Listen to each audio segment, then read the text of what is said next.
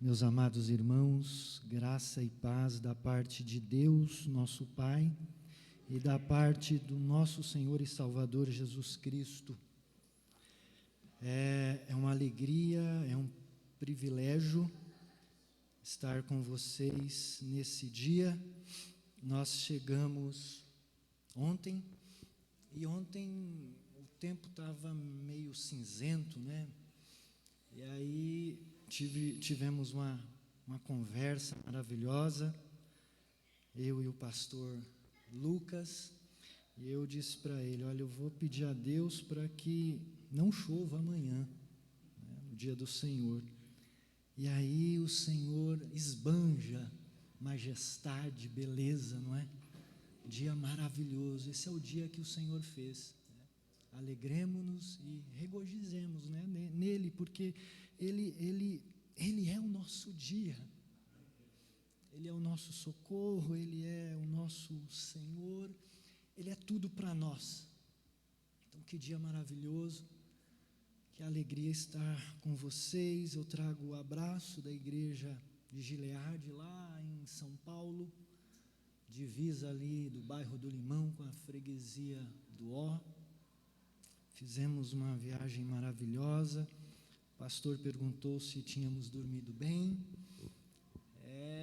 Quase que o espírito sai do corpo, porque eu praticamente acordei do mesmo lado que deitei, um silêncio maravilhoso, coisa que a gente não desfruta, né, lá em São Paulo, mas lá em cima, né, no friozinho da Apeara, ali perto do Pico do Gavião, né? Então, que lugar maravilhoso, que paz, né, gostosa. Meus amados, a primeira vez que eu estive com vocês, nós estávamos de luto, foi janeiro, né? Janeiro, naquela semana nós chegamos aqui na segunda-feira, e na terça-feira, um diácono nosso sofreu um acidente. Ele estava indo para Mossoró, ele viajava bastante, e na quinta-feira, ou melhor, na quarta-feira, o presbítero nosso, Ataíde, ligou para mim, e ele disse: olha, o diácono Gabriel sofreu um acidente, foi feita uma cirurgia, ele está se recuperando. Isso na quarta-feira. Aí, na quinta-feira, o presbítero Ataíde, ele ligou para nós novamente, e ele disse: olha, o diácono Gabriel faleceu. E aí, na sexta, nós chegamos lá, fizemos o culto fúnebre. No sábado, nós retornamos para cá, nós tínhamos pago, acho que 6 dias, e naquele domingo nós viemos, né? Estivemos aqui com vocês, uma palavra maravilhosa do pastor Lucas, toda a igreja nos abraçou, né? Sim, acredito que vocês não sabiam, e ali o pastor Lucas me recebeu em sua casa. Desfrutamos de momentos maravilhosos, e o pastor me consolou naquele dia. Hoje, nós estamos aqui alegres, porque no domingo passado, sábado e domingo, nós comemoramos o aniversário da nossa igreja, 46 anos. Muitas bênçãos, né? Tivemos a partida do diácono Gabriel. Então nós choramos, nós rimos nesse ano que passou, e em tudo isso nós damos graças, porque a forma como ele morreu, e o testemunho dele, um diácono de 32 anos, a Beatriz, esposa dele, 26 anos de idade, ele era para mim como Timóteo foi para Paulo, um jovem que me ajudava trabalhava por 4. Mas eu dou graças a Deus pelos anos que convivi com Gabriel. A igreja se recuperou desse luto, fica a dor da saudade, porque esse mundo é um mundo de despedidas, não é verdade? Todo o tempo estamos nos despedindo. Então aqui é esse mundo de despedidas, mas há um mundo por vir, é um mundo de reencontros, um reino de reencontros, onde não teremos saudade, onde não teremos tristeza, e vamos ser mergulhados pela alegria. A gente não sabe o que é alegria ainda, vamos desfrutar lá. Enquanto esse dia não vem, meus queridos, o Senhor preparou uma palavra maravilhosa para vocês, é uma exortação em amor. Então hoje nós vamos ser desafiados a pensar mais nas coisas lá do alto, porque a gente pensa muito nas coisas aqui da terra, não é verdade? A gente se preocupa com as coisas aqui da terra, com trabalho, com família, com várias coisas, bens materiais, coisas que são temporárias, como a nossa vida. E a gente esquece daquilo que é eterno. Então, diante disso, abra a sua Bíblia. Em Colossenses, uma carta maravilhosa que Paulo escreve à igreja de Colossos. Nós entendemos que a verdadeira conversão, irmãos, ela se torna evidente quando nós deixamos a idolatria. A verdadeira conversão, ela se torna evidente quando nós deixamos os deuses falsos e passamos a adorar tão somente o Deus vivo e verdadeiro. A verdadeira conversão, ela se torna evidente quando nós deixamos de ter prazer no pecado e abandonamos o pecado e passamos a ter prazer nas coisas de Deus. E essa conversão verdadeira, ela se torna evidente na minha e na sua vida, quando nós passamos a buscar as coisas lá do alto, mais do que as coisas aqui da terra. Colossenses 3, do 1 ao 4. Paulo exorta a igreja de Colossos assim: portanto, se fostes ressuscitados juntamente com Cristo, buscai as coisas lá do alto, onde Cristo vive assentado à direita de Deus. Pensai nas coisas lá do alto, não nas que são aqui da terra, porque morrestes, e a vossa vida está oculta juntamente com Cristo em Deus. Quando Cristo, que é a nossa vida, se manifestar, então vós também sereis manifestados com Ele em glória. Perdão, eu uso a ARA desde a minha conversão em 95. Eu tenho várias versões, mas eu acostumei ficar com essa minha Bíblia surrada. Vamos orar mais uma vez? Senhor Deus, nós te louvamos, te bendizemos, te adoramos na beleza da tua santidade. Te agradecemos, ó Espírito Santo de Deus, por cada irmão e irmã que aqui o Senhor trouxe, guiado, conduzido, para juntos na comunhão dos santos te prestar um culto santo, agradável, em espírito e em verdade. Te agradecemos, ó Deus, pelos louvores, pelas orações, te agradecemos pela leitura da tua palavra. Agora nós te pedimos, ó Espírito Santo de Deus, nos auxilia Ilumina a minha mente e fala ao coração deste povo, do teu povo, da tua igreja. Igreja essa que está sendo preparada, adornada para o grande dia. De antemão já te pedimos, Senhor, dos irmãos que se encontram aqui, não permita que nenhum se perca, mas que todos nós possamos chegar ao pleno conhecimento de Ti, ao pleno conhecimento da verdade. Que a Tua palavra não volte vazia, mas que ela nos mude, nos alimente, nos desafie, nos motive a viver uma vida mais santa diante do Senhor e diante do próximo, para a Tua glória. Em nome de Jesus, amém e amém.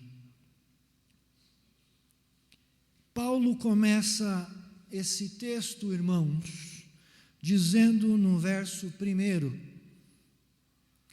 portanto, se fostes ressuscitados juntamente com Cristo.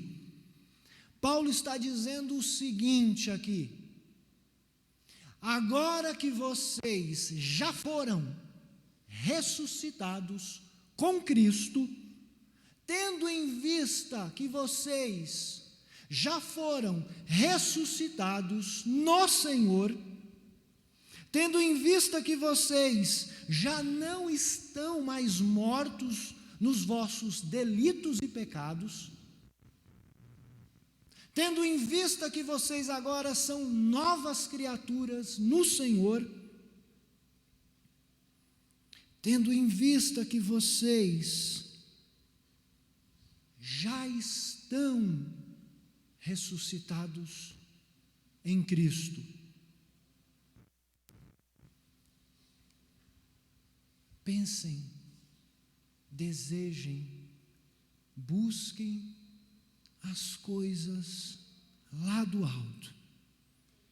Meus amados irmãos, vejam, Paulo não está falando aqui de algo que não temos, mas Paulo está falando de algo que já é nosso, já desfrutamos, já aconteceu. Na nossa conversão, nós fomos ressuscitados juntamente com Cristo. Já passamos por isso. Os crentes já possuem dentro deles essa vida da ressurreição no Senhor. Já aconteceu. Ou seja, nós já fomos ressuscitados com o Senhor. Nós já desfrutamos da bênção da ressurreição. Você, membro dessa igreja, você que nos visita, você já foi ressuscitado com Cristo. Paulo está falando aqui de uma obra completada, Paulo está falando aqui de uma obra consumada, terminada. Isso já aconteceu em mim e em você.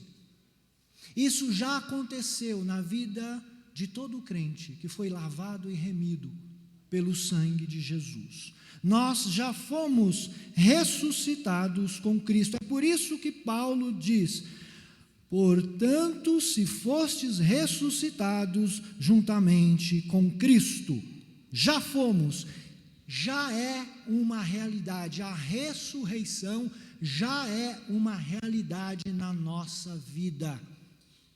Embora ainda não desfrutamos da ressurreição de maneira plena, mas ela já aconteceu.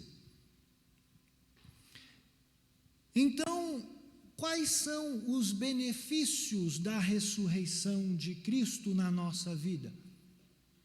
O que a gente ganha com isso? O que a gente recebe? O que experimentamos? Eu listei aqui 5 benefícios. Tem mais, tem muito mais, não é, pastor? Mas eu listei aqui 5 benefícios, para a gente passar bem rapidamente. Porque o próprio Paulo, ele nos diz assim: se Cristo não ressuscitou, é vã a nossa pregação e é vã a nossa fé. Mas de fato Cristo ressuscitou, vencendo a morte. Então há para nós esperança em Cristo. Há para nós certeza em Cristo. Há para nós vida eterna no Senhor. De fato, Cristo ressuscitou. Por isso que Paulo diz em 1 Coríntios 15, do 20 ao 22, mas, de fato, Cristo ressuscitou dentre os mortos, sendo Ele as primícias dos que dormem. Visto que a morte veio por um homem, também por um homem veio a ressurreição dos mortos. Porque assim como em Adão todos morrem, assim também todos serão vivificados em Cristo.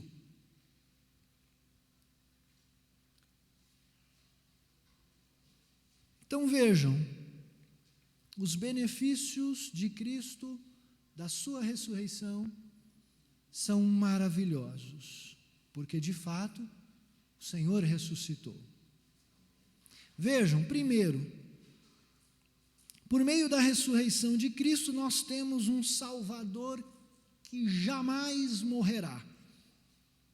Nós temos um Salvador que nunca estará ocupado para você. Esse mesmo Paulo, em Romanos 6:9, ele diz assim: sabemos que, tendo sido ressuscitado dos mortos, Cristo não pode morrer outra vez. A morte não tem mais domínio sobre ele. Olha que coisa maravilhosa. Sobre ele, primeiramente, primogênito dentre os mortos, e sobre nós. A morte não tem mais poder sobre mim e sobre você. Segundo, por meio da ressurreição de Cristo, nós recebemos o arrependimento e o perdão, coisas essenciais para a nossa salvação. E isso é dom de Deus. Atos 5, 30 e 31 diz assim: o Deus de nossos antepassados ressuscitou Jesus, a quem os senhores mataram, suspendendo-o no madeiro. Deus o exaltou, colocando-o à sua direita como príncipe e salvador, para dar a Israel arrependimento e perdão de pecados. Veja o que nós ganhamos pelo fato de Cristo ter vencido a morte em nosso lugar. Terceiro, por meio da ressurreição de Cristo, nós recebemos a regeneração. 1 Pedro 1:3. Conforme a sua grande misericórdia, Ele nos regenerou para uma esperança viva, por meio da ressurreição de Jesus Cristo dentre os mortos. A regeneração aconteceu em mim e em você, por conta da ressurreição de Cristo. Por meio da ressurreição de Cristo, nós não seremos mais condenados. O belo capítulo 8 de Romanos é como se Paulo tivesse gritando: quem os condenará? Foi Cristo Jesus que morreu e mais, que ressuscitou, está à direita de Deus e também intercede por vós, por vocês. Um Salvador que nunca morre e um intercessor que está a todo tempo intercedendo por mim e por você. E por último, por meio da ressurreição de Cristo, nós também seremos ressuscitados dentre os mortos. 2 Coríntios 4,14, Paulo diz assim: sabendo que aquele que ressuscitou o Senhor Jesus, também nos ressuscitará com Jesus e nos apresentará convosco. Coisa maravilhosa. O nosso futuro não está oculto. O nosso futuro está escancarado diante de nós e é muito belo. É maravilhoso. Isso já serve de estímulo para você buscar as coisas do alto, não é não? Vejam como Paulo diz: portanto, se fostes ressuscitados juntamente com Cristo. Agora vejam o que ele diz: também nos ressuscitará com Jesus e nos apresentará convosco. Olha o tempo verbal aí. Se fostes ressuscitados, presente, o hoje, o agora. E Paulo diz: nos ressuscitará, futuro. Ou seja, nós já desfrutamos da ressurreição no presente, hoje, mas não de maneira plena. Mas esse dia virá. E Paulo está tão convicto disso, irmãos, que Paulo diz assim: vocês já foram ressuscitados. E ele também diz: vocês serão ressuscitados. Paulo tem tanta certeza disso, que ele diz assim: o nosso presente e o nosso futuro já estão concluídos, definidos por Deus. Nós seremos ressuscitados. E nós já fomos ressuscitados. Então vejam que esses são alguns dos benefícios da ressurreição do Senhor Jesus. E o benefício mais lindo, mais belo, é que o Senhor deu vida ao que estava morto.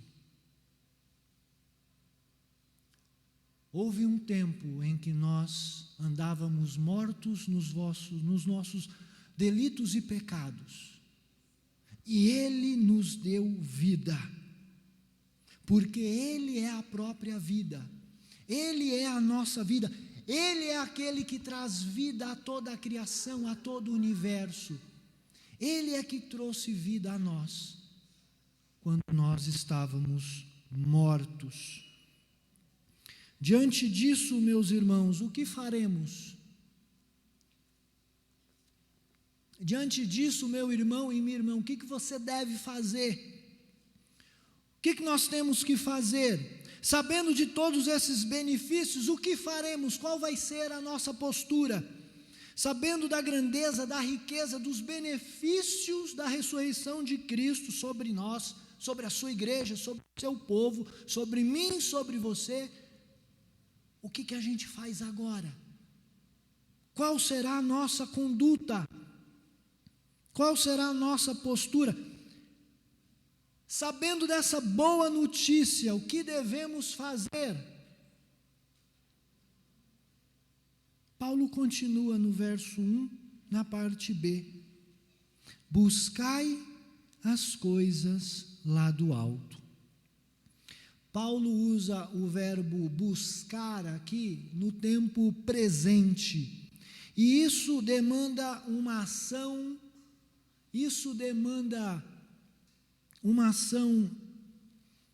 repetitiva, isso demanda uma ação perseverante. Isso aqui é buscar as coisas do alto no dia a dia. Isso aqui é, ao acordarmos, pensarmos nas coisas do alto. Aonde você estiver, você deve pensar nas coisas do alto. Nós sempre vamos buscar e pensar nas coisas do alto. E esse buscar aqui, meus irmãos, não é buscar para encontrar. Não é buscar para encontrar, mas se trata de um buscar com o desejo de possuir. Possuir algo que já é seu por direito. Aqui é esse pensar no reino, fazer parte do reino, estar no reino de Deus. O salvo, o crente, busca em primeiro lugar o reino de Deus. O salvo, o crente, busca em primeiro lugar a justiça de Deus. O salvo, o crente, busca as coisas lá do alto. O salvo, ele aspira mais pelo reino de Deus do que pelas coisas aqui da terra. O filho de Deus, a filha de Deus tem saudade do céu. Não porque veio de lá, porque só o Senhor veio de lá, mas porque o Espírito Santo testifica com o nosso espírito que nós não somos desse mundo, nós somos do céu. E é do céu que nós aguardamos o nosso Senhor. Então, pensem nas coisas lá do alto. O crente espera entrar na cidade cujo arquiteto é o próprio Deus. E que dia será esse? Diante disso, meus amados, o céu passa a ser o nosso lar, o céu passa a ser a nossa recompensa. O céu passa a ser a nossa meta, o céu passa a ser o nosso prazer, a nossa origem, o nosso destino final. Porque nós pensamos nas coisas lá do alto. Nós buscamos as coisas lá do alto. E Paulo continua na parte C do verso 1, onde Cristo vive assentado à direita de Deus. Buscamos as coisas lá do alto, porque é lá que o Senhor vive à destra do Pai. E onde está o nosso Senhor?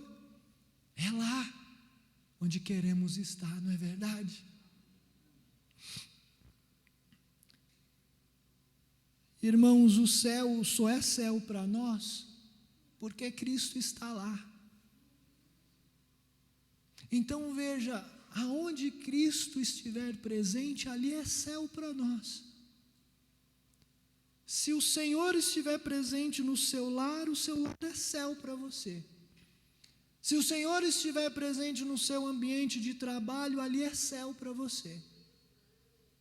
Aonde o Senhor se fazer presente aqui é céu para nós. A ênfase não está no lugar, o céu. A ênfase está naquele que está lá.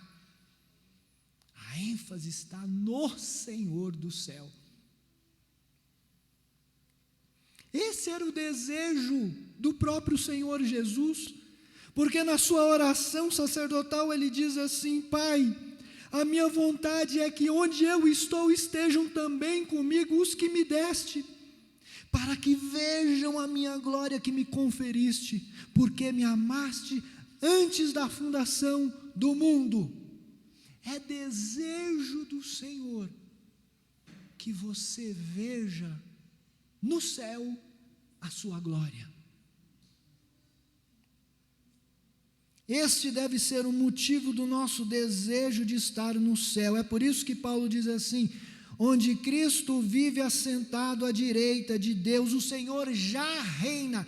Ele está assentado à destra do Pai, num trono que sempre foi dele, que ficou abandonado aproximadamente por 33 anos enquanto ele esteve aqui, mas ele voltou para lá e vai retornar para buscar a sua noiva, a sua igreja, o seu povo, para nos buscar.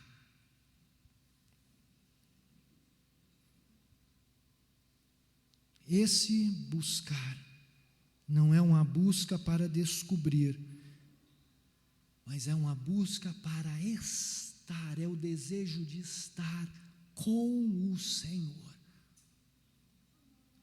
Que esse desejo nunca abandone o seu coração e a sua mente, meu irmão.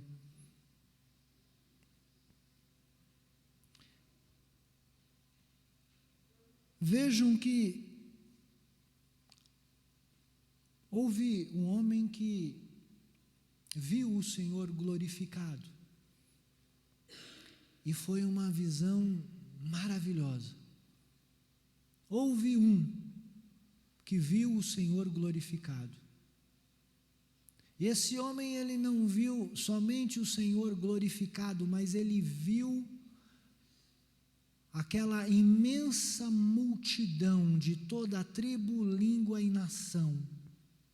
João, o discípulo amado, ele viu a mim e a você naquele dia, uma numerosa multidão com roupas brancas, alvejadas pelo sangue do Cordeiro. E ele viu o Senhor glorificado. E João, ele diz com detalhes como que foi essa visão. Ele diz assim: achei-me em espírito no dia do Senhor. Olha, no dia do Senhor, foi num domingo aqui.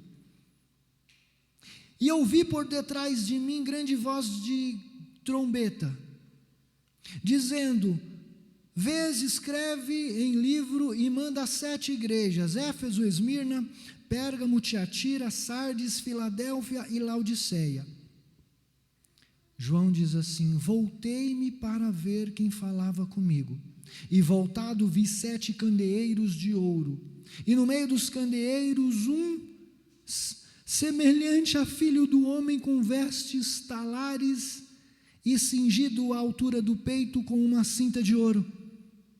A sua cabeça e cabelos eram brancos como a lã, como a neve, os olhos como chamas de fogo, os pés semelhantes ao bronze polido, como refinado numa fornalha, a voz como voz de muitas águas. Tinha na mão direita 7 estrelas, e da sua boca saía ali uma espada afiada de 2 gumes. O seu rosto brilhava como o sol na sua força. Aí João diz assim: quando o vi, caí a seus pés como morto. O amigão do Senhor Jesus, aquele que colocou o ouvido no peito de Jesus na ceia e disse: sou eu o traidor. O discípulo que Jesus mais amava, ao ver a glória do Senhor, João não consegue ficar em pé.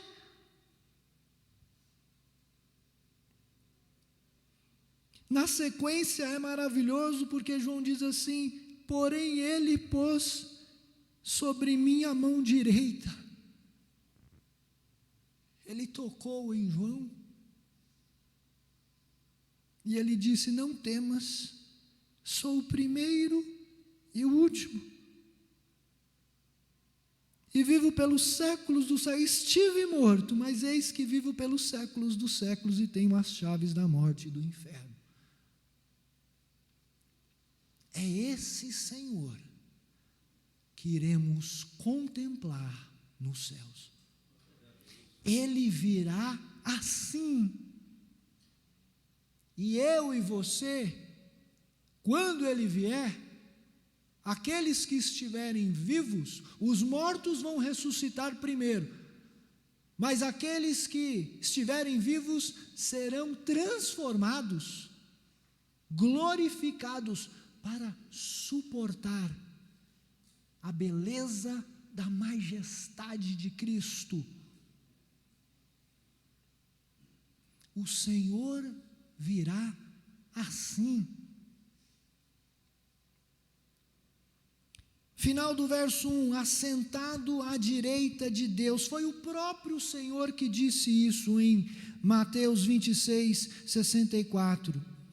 Respondeu-lhes Jesus: tu disseste, entretanto eu vos declaro que desde agora vereis o Filho do Homem assentado à direita do Todo-Poderoso e vindo sobre as nuvens dos céus. E aí eu pergunto, meu irmão e minha irmã, você tem buscado o céu ou você tem buscado o Senhor do céu? O que você tem buscado? Paulo continua. Ele disse para a gente buscar, agora veja aí verso 2. Ele vai dizer para a gente pensar.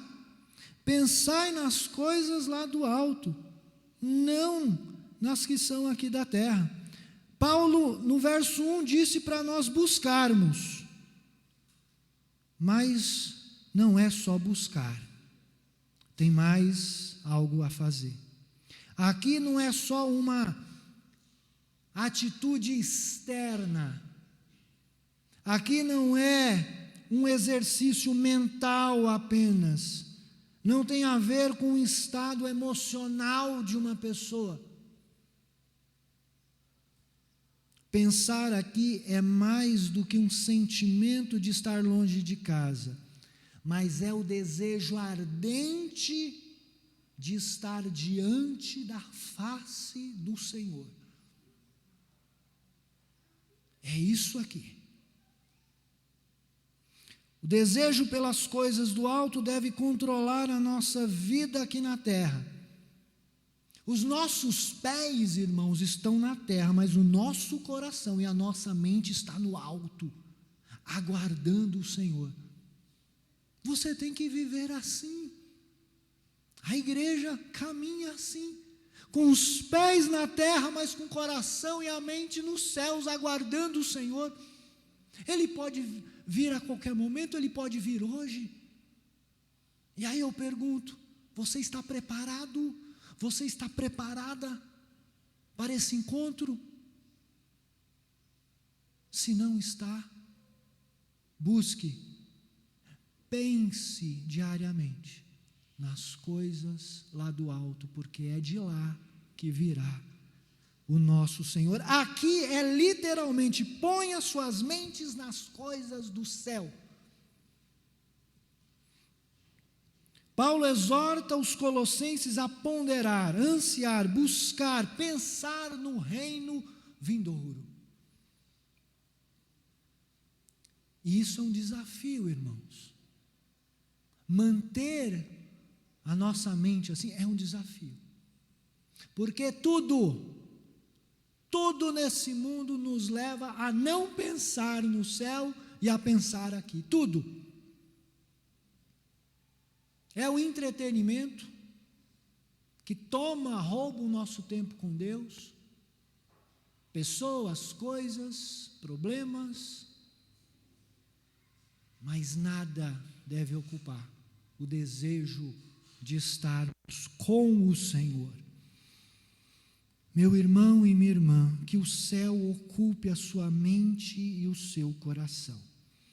Paulo diz assim em Filipenses 4:8, finalmente, irmãos, tudo que é verdadeiro, tudo que é respeitável, tudo que é justo, tudo que é puro, tudo que é amável, tudo que é de boa fama, se alguma virtude há, se algum louvor existe, seja isso que ocupe o vosso pensamento. E essa é a mesma verdade que está aqui nesse versículo. Você deve buscar ao Senhor, a palavra do Senhor, o reino do Senhor, as coisas lá do alto. Ou seja, a nossa mente deve ocupar, guardar, buscar a Deus, sua palavra, seu reino. Você tem que ser encontrada assim naquele dia. E eu oro para que você seja encontrado assim, fiel. Que essa igreja seja encontrada fiel naquele dia.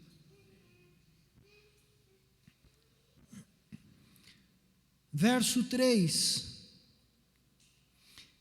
Esse texto ele é tão belo porque ele está em ascendência.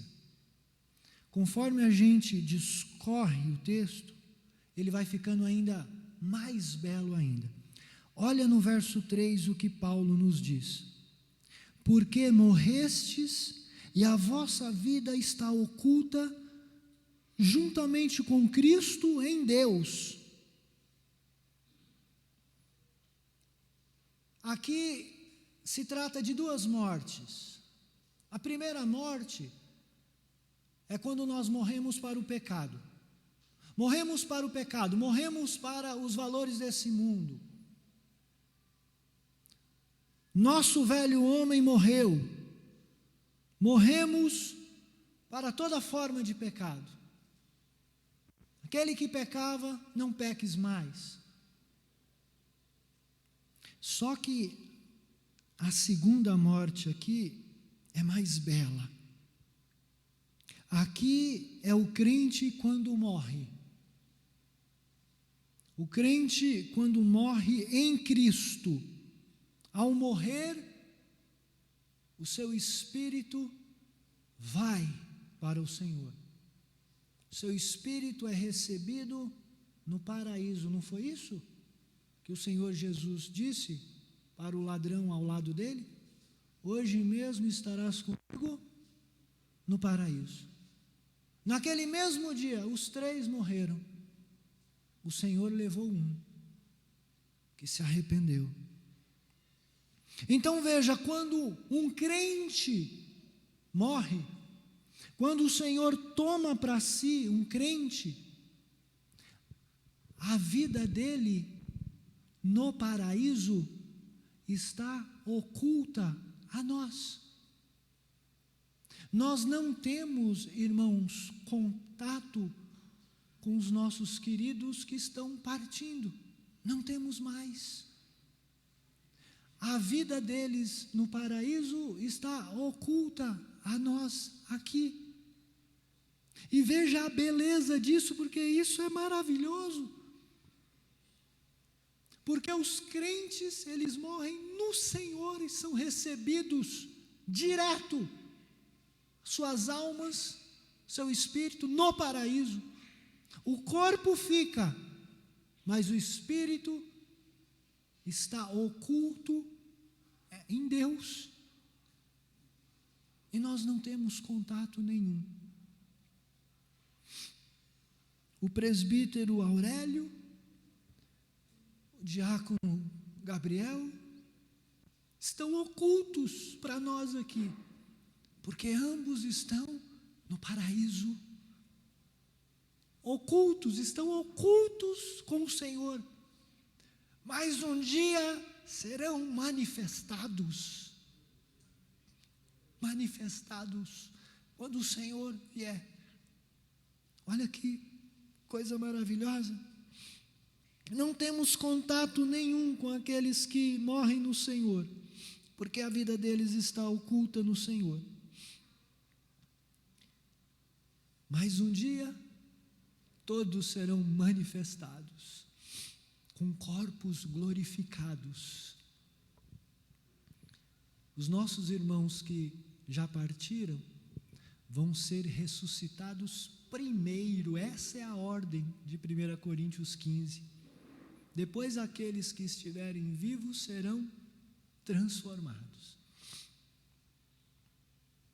É isso que nos aguarda. Imagina como será essa união. Imagina a felicidade.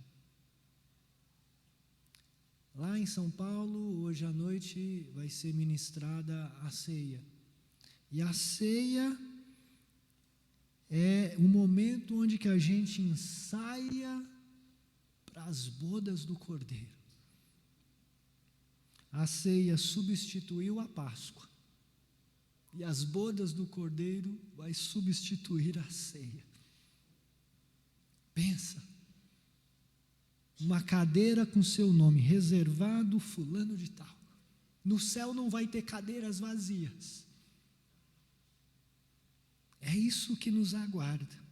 Enquanto esse dia não vem, pense, busque as coisas do alto. Mas vejam, irmãos, isso não significa fazer as coisas de maneira irresponsável enquanto estivermos aqui, porque nós temos que trabalhar como para o Senhor. O Senhor é o nosso patrão, o nosso chefe. Nós temos que dar bom testemunho em tudo. Então nós damos o melhor, trabalhamos de maneira digna, sabendo que a nossa riqueza já está com Ele. Não seja irresponsável aqui, não dê mau testemunho. Viva a vida aqui, com o coração e a mente lá nas coisas do alto. Irmãos, Cristo morreu por nós, isso significa substituição. Ele foi o nosso substituto. E nós morremos com Cristo. Isso significa identificação. Seremos iguais a Ele. Teremos um corpo igual ao corpo da glorificação do nosso Senhor. Nós temos um representante humano no céu, que é Deus homem. E quando Ele esteve aqui como homem, Ele nunca deixou de ser Deus. Porque Ele é 100% Deus e 100% homem. E nos representa e intercede por nós. Na cruz, Cristo não apenas pagou a nossa dívida, mas também quebrou o poder do pecado sobre nós. E aí fica a pergunta de Paulo em Romanos 6:2. Como viveremos ainda no pecado, nós que para o pecado morremos? Irmãos, nós saímos do Egito para nunca mais voltar. E desde então nós vamos caminhando para mais perto de Deus e para mais longe do mundo. Essa é a nossa vida aqui. Não vivemos mais para o pecado, mas morremos para o pecado. A morte do Senhor Jesus nos desliga dos interesses desse mundo, ao ponto de nós desejarmos mais as coisas do céu. É por isso que Paulo diz assim, 2 Timóteo 2,11, fiel é essa palavra, se já morremos com Ele, também viveremos com Ele. Se já morremos com Ele, identificação, também viveremos com Ele, glorificação. Amém?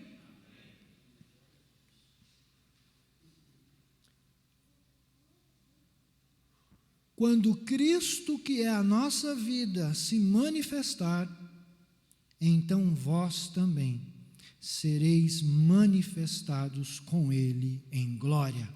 Verso 4. Quando Cristo, que é a nossa vida, vejam que Ele é a nossa vida. Foi Paulo que disse assim, Filipenses 1:21, portanto, para mim, o viver é Cristo e a morte é lucro. Esse mesmo Paulo disse em Gálatas 2:20, não sou eu quem vive, mas Cristo vive em mim. A vida eterna é o Senhor Jesus é a nossa vida. É por isso que Paulo diz em Atos 17:28, pois nele vivemos e nos movemos e existimos. E é por isso que João, o discípulo amado, vai dizer assim, aquele que tem o Filho tem a vida, aquele que não tem o Filho de Deus não tem vida. E o próprio Senhor Jesus, na oração sacerdotal, João 17:3, ele diz assim, e a vida eterna é essa, que te conheçam a ti, o único Deus vivo e verdadeiro, e a Jesus Cristo a quem enviaste. A vida eterna é conhecermos o Senhor do céu. E por último, final do verso 4, então vós sereis manifestados com Ele em glória. O que começa com graça, termina com glória. Pela graça sois salvos, sereis manifestados com Ele em glória. Porque o que começa com a graça de Deus, terminará com a glória de Deus. Como esse texto nos enche de esperança, como esse texto nos enche de certeza, de contentamento, de alegria, de deleite. Irmãos, se existe uma notícia boa, essa notícia é essa: então vós também sereis manifestados com Ele em glória. Cristo está agora mais perto de nós do que aqueles dois que foram crucificados com Ele, porque hoje Ele habita em nós, através do Seu Espírito. Quando o Senhor se manifestar, ou seja, quando o Senhor voltar, nós que estamos escondidos com Ele, também seremos manifestados com Ele em glória. E João diz assim: amados, agora somos filhos de Deus, e ainda não se manifestou o que haveremos de ser. Sabemos que quando Ele se manifestar, seremos semelhante a Ele, porque haveremos de vê-lo como Ele é. 1 de João 3:2.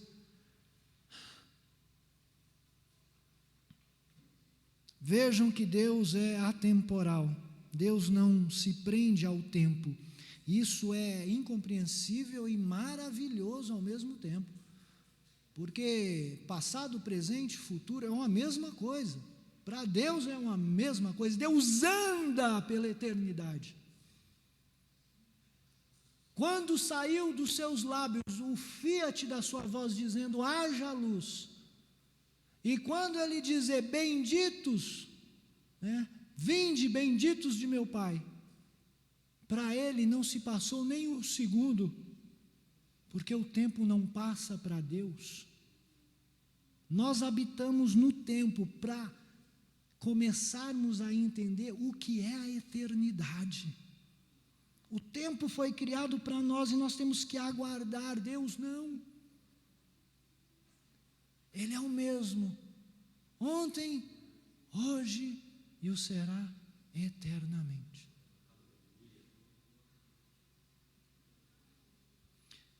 No modo hebraico de falar aqui nesse texto, é o tempo passado profético, irmãos.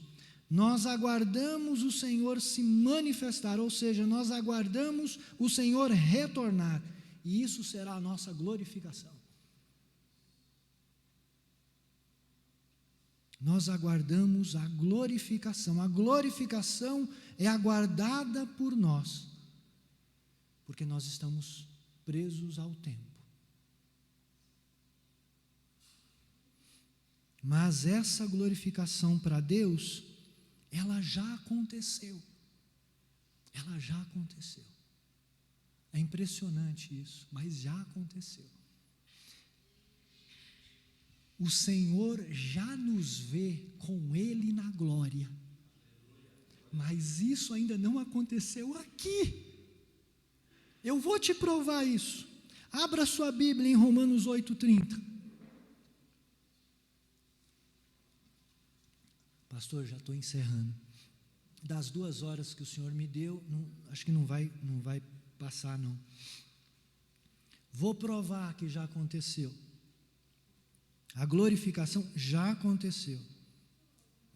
Romanos 8:30, um dos versos mais lindos da Bíblia. E aos que predestinou, a esses também chamou. E aos que chamou, a esses também justificou. E aos que justificou, a esses também glorificou.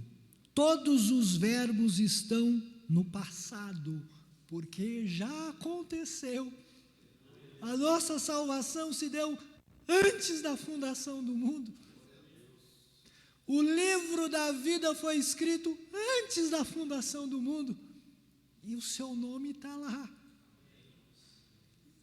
E ele está fechado com selos, ninguém abre, não tem corretivo, seu nome está escrito com o sangue de Cristo, e ele não vai apagar, jamais. Irmãos, isso é ou não é uma motivação para mim e para você, buscarmos diariamente as coisas do alto?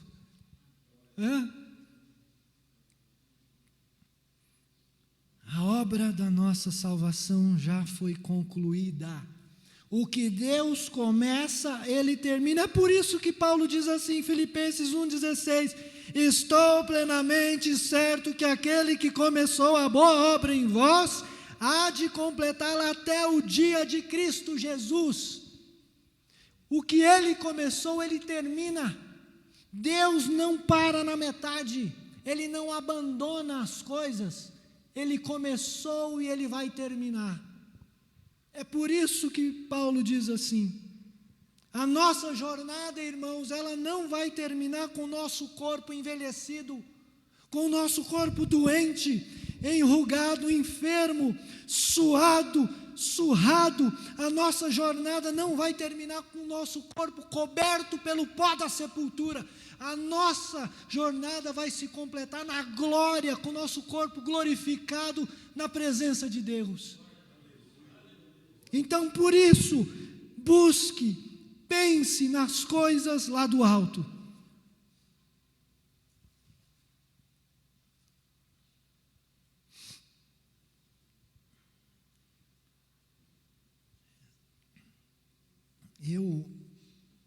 Eu quero só falar de algo que me marcou. Faz 30 anos, 95 para 2005, para 2025. 30 anos, é isso, não é? 30 anos. Agosto de 95, o Senhor converteu meu coração. Fui para uma igreja presbiteriana. Os primeiros meses ali, tinha um senhor, ele era um senhor muito humilde, ele não tinha o movimento das pernas, e ele tinha dificuldade com o movimento das mãos.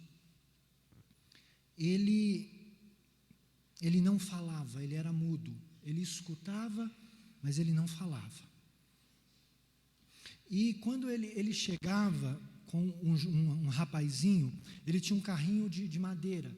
Então, a igreja presbiteriana, ela ficava no segundo pavimento, embaixo eram as salas, tinha uma rampa, e quando esse jovenzinho chegava com esse senhor, ele fazia um som, aí os diáconos viam que era ele. Todo domingo, ele ia só de manhã, ele não ia à noite. Ele morava numa casa onde o dono não derrubou, deixou ele morar lá, até o último dia de vida dele. Então ele ficou lá.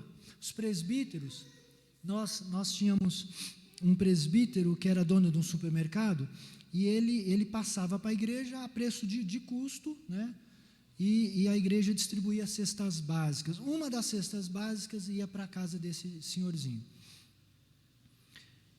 Nós não sabemos direito o seu nome, ele não tinha documento, tinha uns vizinhos que cuidavam dele.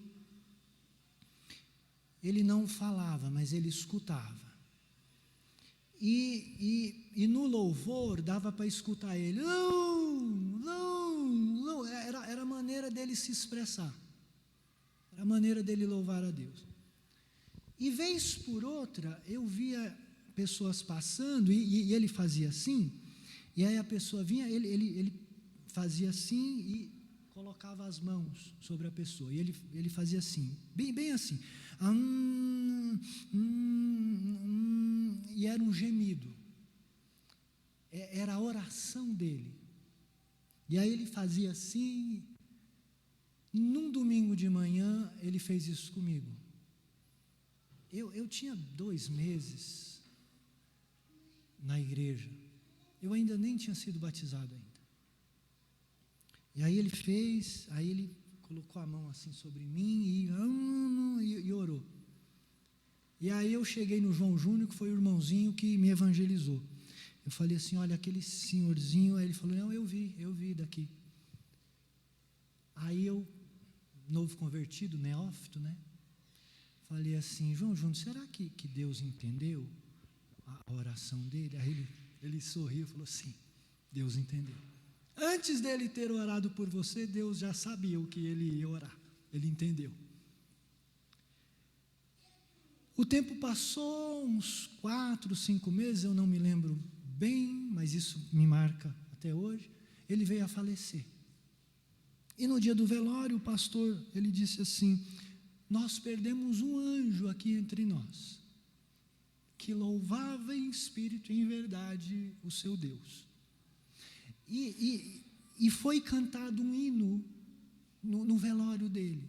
E depois eu conversando com os diáconos, eles falaram assim, não, nós percebemos que ele gostava desse hino, que é o hino 102 do Novo Cântico. Ele é o hino 490 do cantor cristão. Eu vou ler a letra do hino que esse senhor, nessas condições, gostava. O hino diz assim, irmãos, depois que Cristo me salvou, em céu o mundo se tornou. Até no meio do sofrer eu tenho paz no meu viver. Oh, aleluia, sim é céu fluir perdão aqui. Na terra ou mar, por onde for, com o Senhor é céu ali.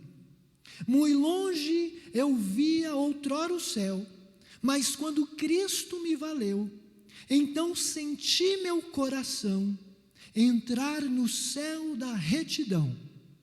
Bem pouco importa eu habitar em alto monte, à beira-mar, em casa ou gruta, boa ou ruim, é céu ali com Cristo em mim.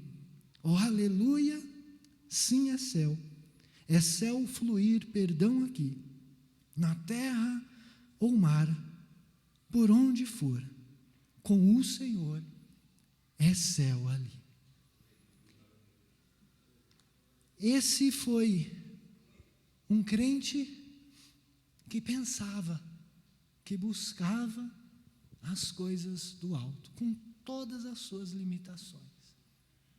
Que você, meu irmão e minha irmã, a partir de hoje, busque, pense nas coisas do alto, porque é de lá que virá o nosso Senhor.